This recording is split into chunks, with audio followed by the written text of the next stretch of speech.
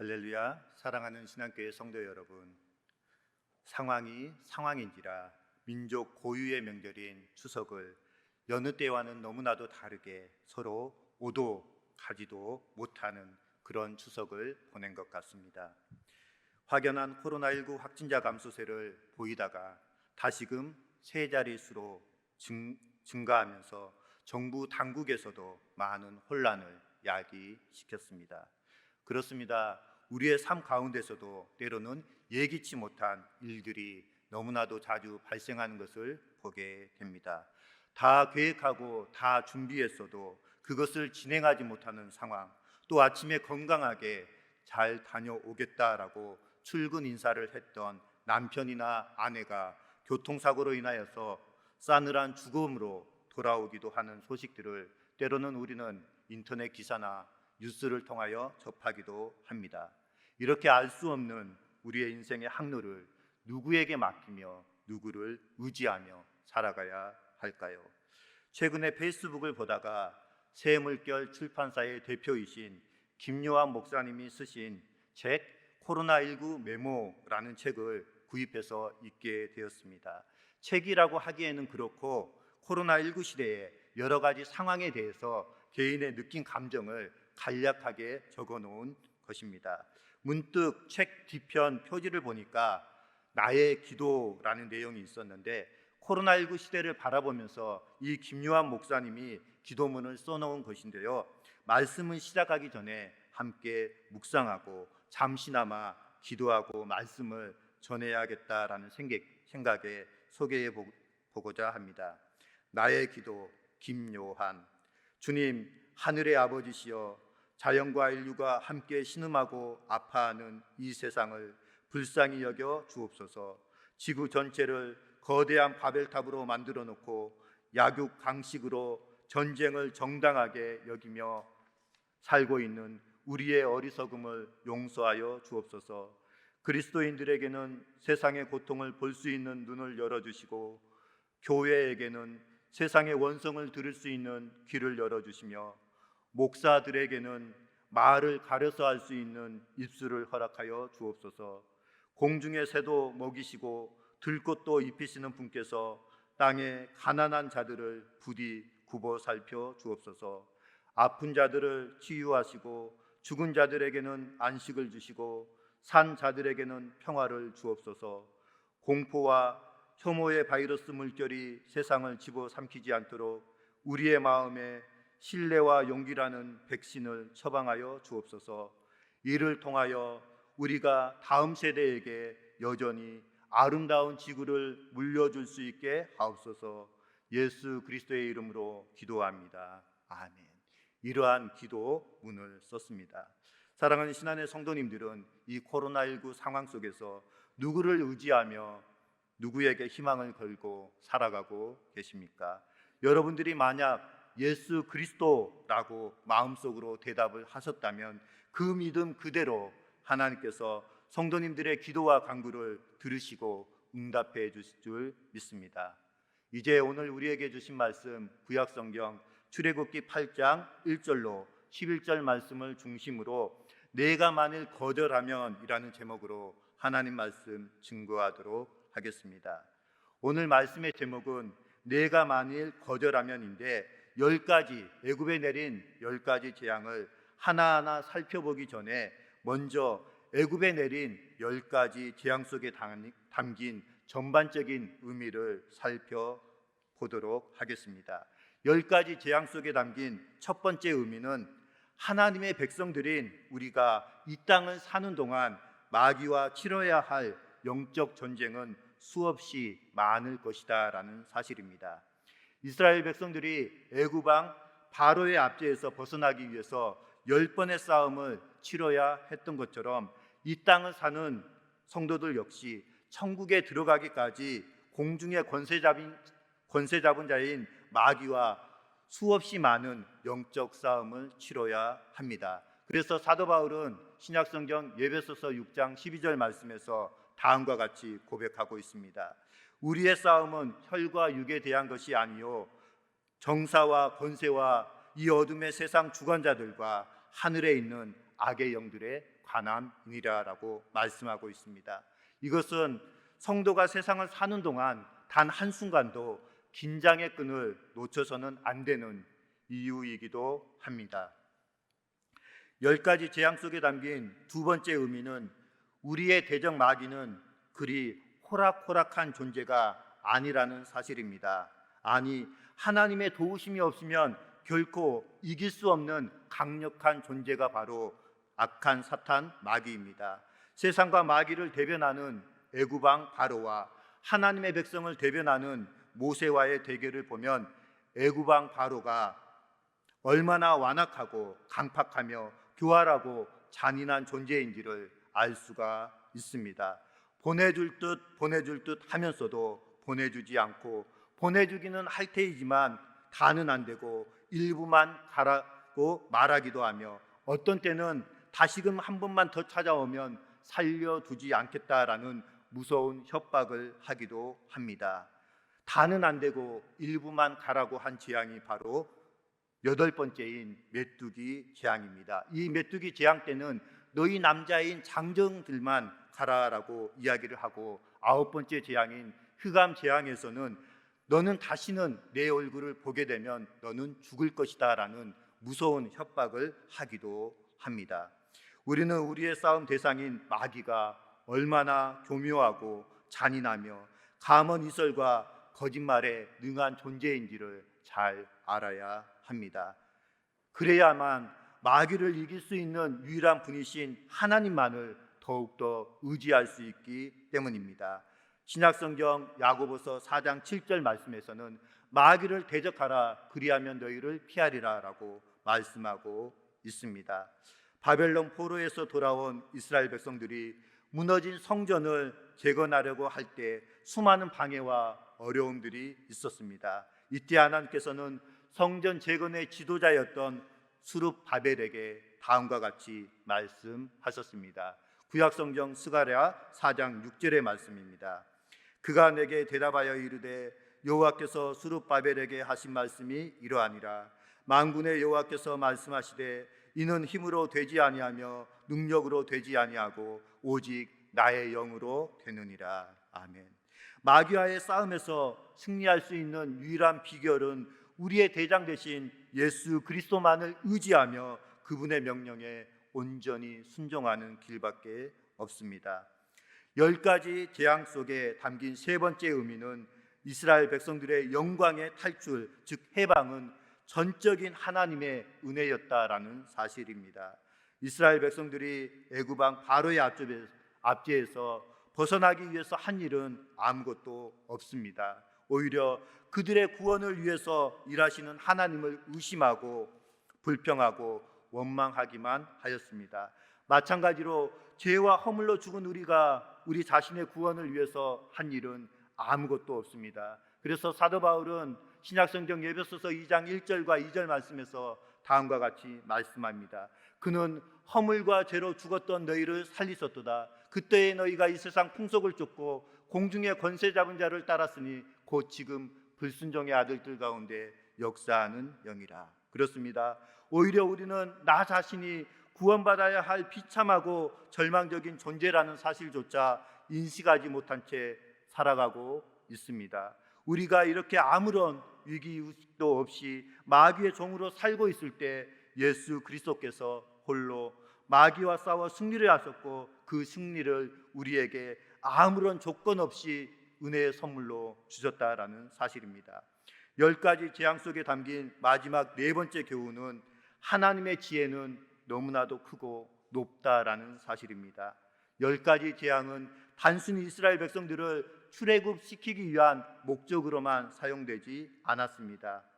40년이 지난 후까지 영향을 미쳐서 출애굽 2세대가 어렵지 않게 가나안 족속들을 정복할 수 있게끔 하였습니다. 만약 하나님께서 한 번만의 기적으로 이스라엘 백성들을 구원하셨다면 그 소문이 전 세계로 퍼져나가지 못했을 것입니다.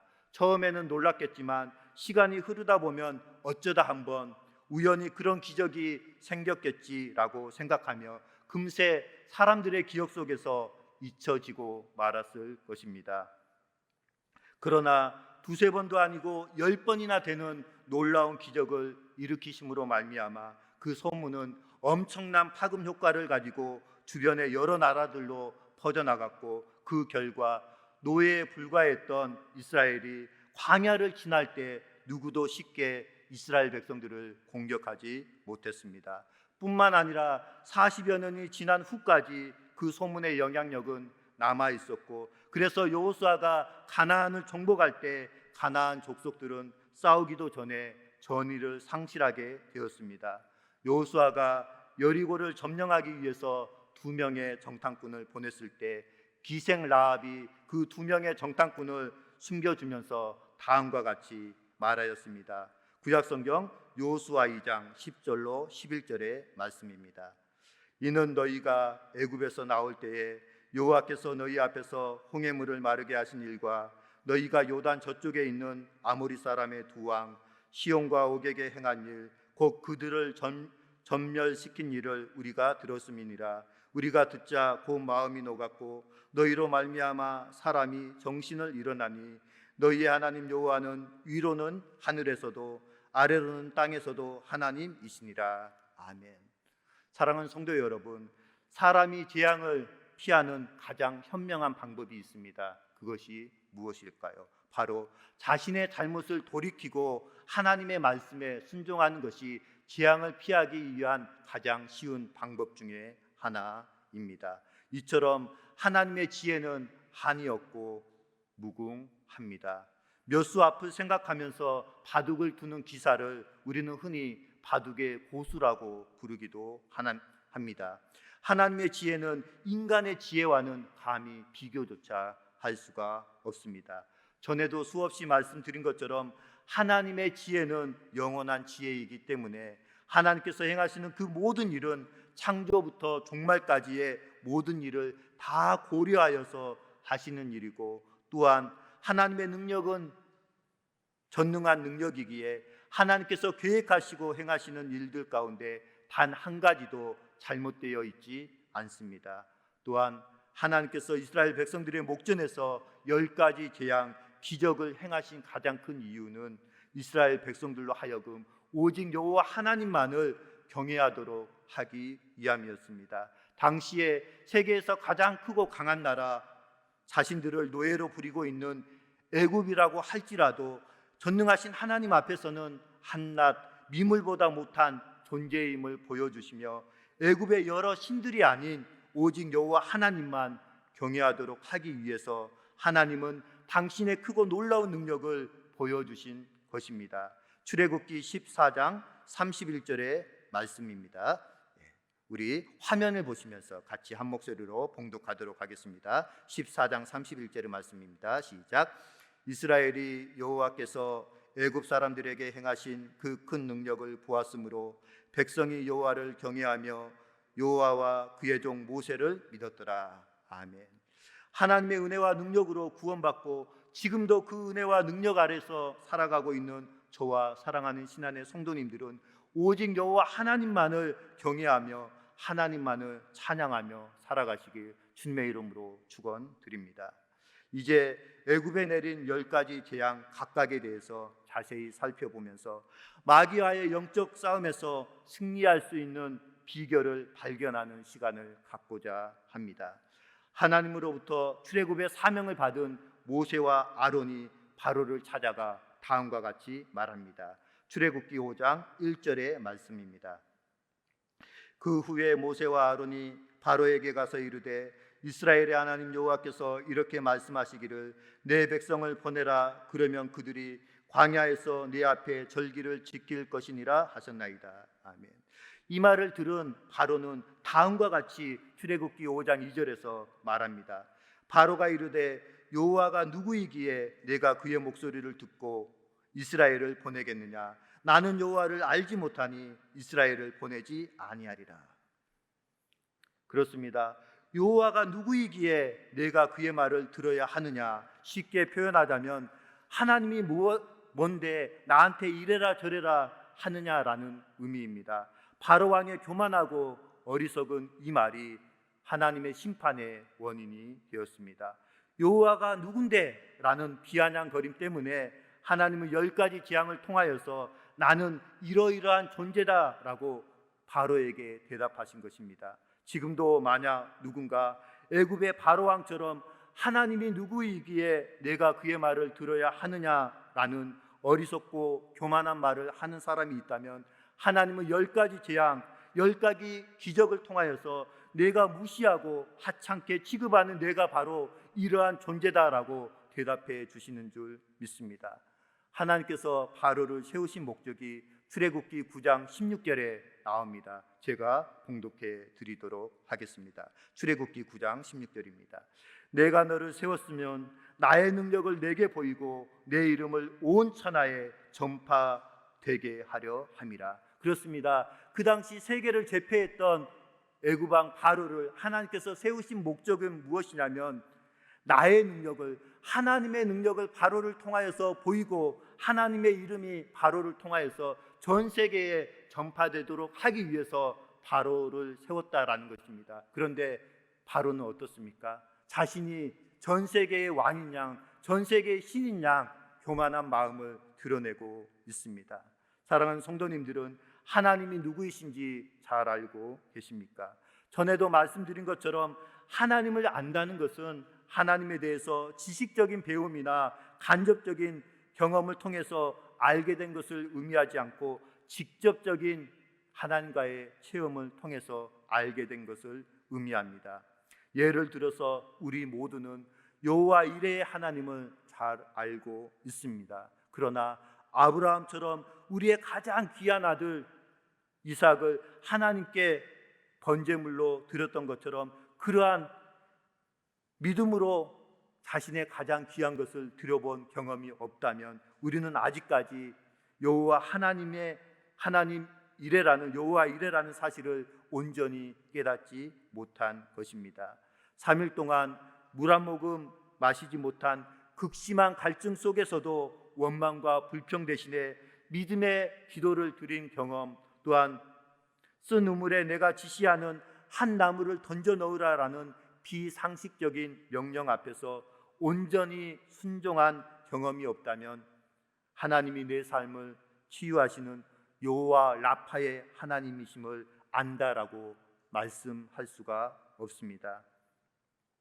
하나님이 진정 누구신지 아는 사람은 내 백성을 보내라라는 하나님의 말씀을 들으면 즉시 아멘으로 순종하는 사람인 줄 믿습니다.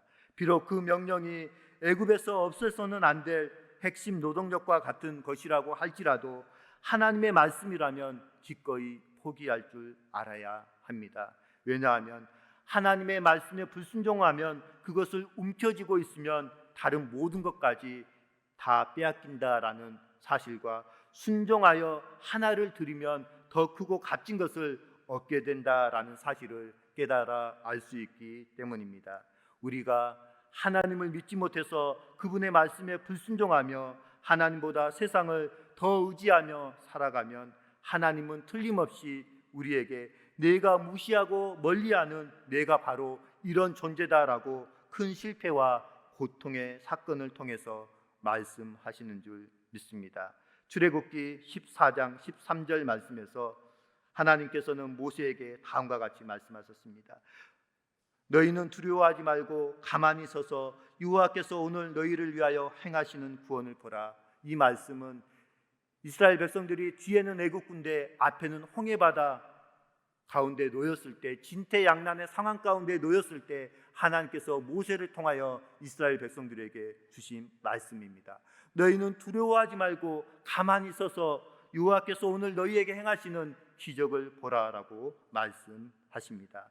애굽에 내린 첫 번째 재앙이 이러한 사실을 분명히 말씀해주고 있습니다. 하나님께서 애굽에 내린 첫 번째 재앙은 나일강을 피로 물들게 하는 재앙이었습니다.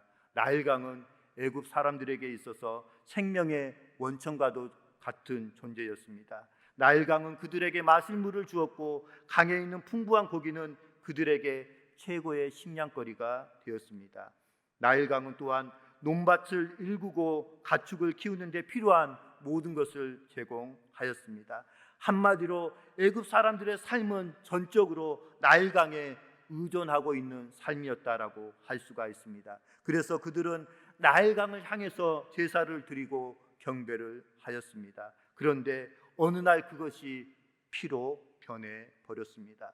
생명의 근원처럼 여겼던 그 강이 이제는 죽은 강이 되어서 애굽 전역에 썩은 냄새만을 진동시키게 되었다라는 사실입니다. 그들의 가장 큰 자랑거리였던 나일강이 하루아침에 말할 수 없는 고통과 수치를 주는 대상으로 전락해 버렸습니다. 이유는 단 한 가지입니다. 나일강만 믿고 전능하신 하나님을 무시하였기 때문입니다. 그렇다면 오늘 우리의 삶에 있어서 성도님들에게 나일강과 같은 존재가 있다면 무엇이겠습니까? 그것은 단연코 돈이라고 할 수가 있습니다. 예전부터 지금까지 인간의 삶에 있어서 돈이 미치는 영향은 언제나 가장 크고 막강하였습니다. 나일강으로 묘사된 세상 물질이 주는 기쁨과 만족에 돛지되어서 계속해서 하나님으로부터 멀어지며 하나님을 외면하게 된다면 우리가 하나님보다 더 의지하고 더 믿었던 물질들로 인해서 말할 수 없는 고통과 괴로움을 겪게 된다라는 사실을 오늘 우리는 본문을 통해서 교훈받게 됩니다. 늘 말씀드리는 것처럼 세상 주관자는 하나님이시고 우리의 삶을 움직이시는 분도 하나님이십니다. 물질도 명예도 건강도 권력도 가정과 직장과 건강도 모두 다 하나님이 우리에게 주신 복입니다. 그래서 전도서 3장 13절 말씀에서는 다음과 같이 말씀합니다. 사람마다 먹고 마시는 것과 수고함으로 낙을 누리는 그것이 하나님의 선물인 줄도 알았도다라고 말씀하고 있습니다. 그런데 복을 주신 하나님을 망각하고 복 자체에만 마음을 빼앗기면 그동안 우리에게 기쁨을 주던 대상이 결국은 고통과 근심의 대상으로 바뀌어 버린다라는 것입니다.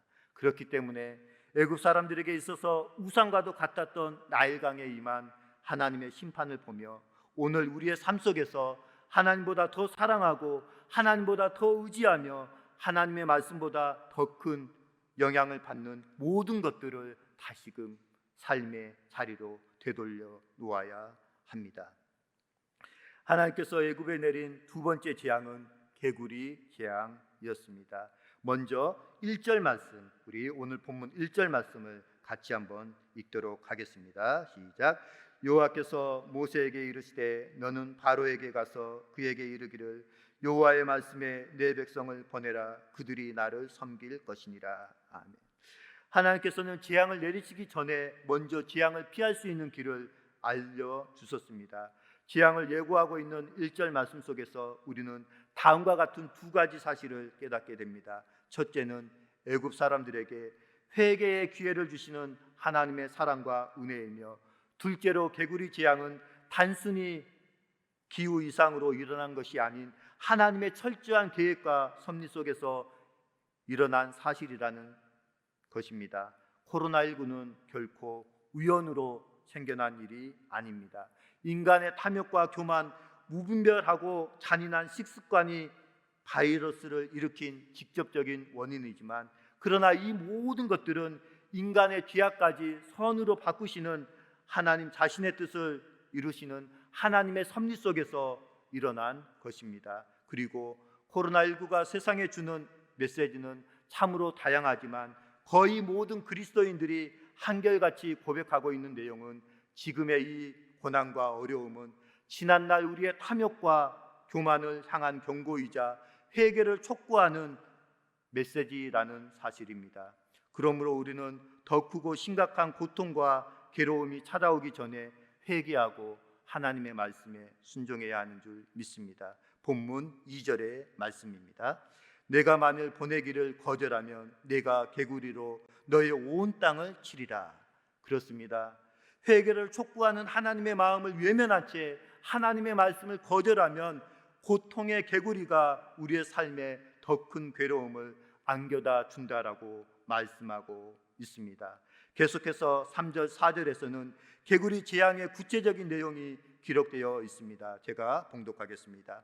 개구리가 나일강에서 무수히 생기고 올라와서 내 궁과 내 침술과 내 침상이와 내 신하의 집과 내 백성과 내 화덕과 내 떡반죽 그릇에 들어갈 것이며 개구리가 너와 내 백성과 내 모든 신하에게 기어 오르리라 하셨다 하라. 이제 이 본문 말씀과 정반대의 내용을 담고 있지만 그 의미는 거의 동일한 신명기의 말씀을 보며 개구리 재앙이 우리에게 주는 교훈을 생각해 보도록 하겠습니다. 신명기 28장 1절로 6절의 말씀입니다. 제가 봉독해 드리겠습니다.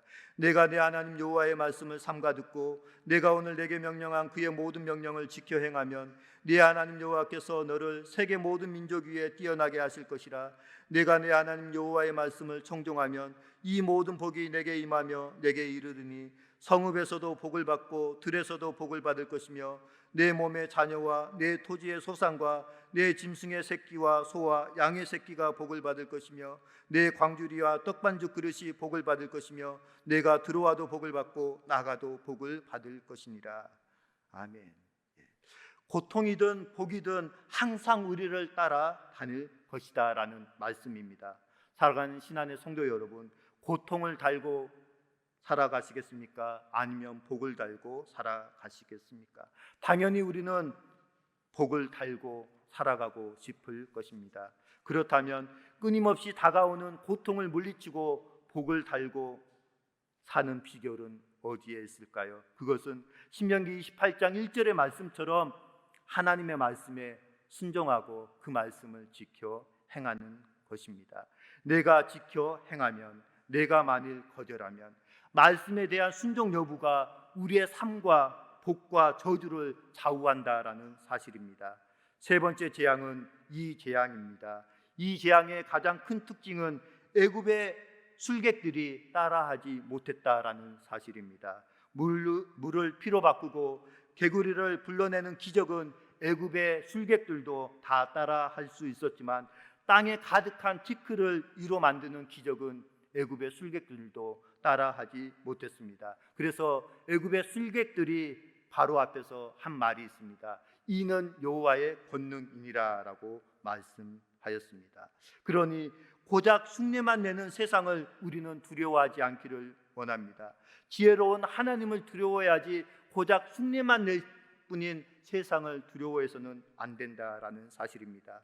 우리가 하나님을 알지 못하면 강물을 피로 물들이고 개구리를 불러들이는 세상을 두려워할 수밖에 없겠지만 우리는 전능하신 하나님을 알고 그 하나님을 믿으며 그분의 보호와 인도하심을 받는 사람들이기 때문에 세상을 두려워하지 않는 줄 믿습니다. 왜냐하면 우리를 지키시는 하나님은 그들과는 비교할 수 없는 가장 크고 강하신 분이기 때문입니다. 이사야서 51장 12절 말씀에서는 하나님께서 이사야 선지자를 통하여서 다음과 같이 고백하십니다. 이사야 51장 12절의 말씀입니다. 이르시되 너희를 위로하는 자는 나 곧 나이니라. 너는 어떠한 자이기에 죽을 사람을 두려워하며 풀같이 될 사람의 아들을 두려워하느냐. 너는 내 백성이고 내가 너와 함께 하는데 왜 죽을 사람, 풀같이 될 사람을 두려워하느냐라고 안타까운 마음으로 말씀하고 계십니다. 두려움과 염려가 계속해서 우리를 괴롭히며 불안하게 하는 이유는 현재 우리의 눈과 마음이 하나님이 아닌 세상에 치우쳐져 있기 때문입니다.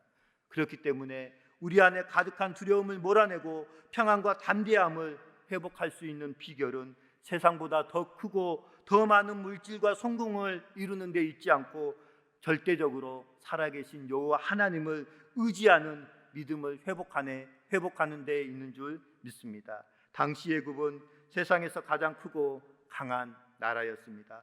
그러니 세계 최강의 군사력이나 뛰어난 과학과 학문, 셀 수 없이 많은 금은 보아도 하나님께서 일으키신 티끌을 막는 데는 무용지물이었다라는 사실을 기억하면서 결코 세상에 속한 것을 얻기 위해서 하나님의 말씀을 거절하는 그런 끔찍한 실수를 범하지 않기를 원합니다.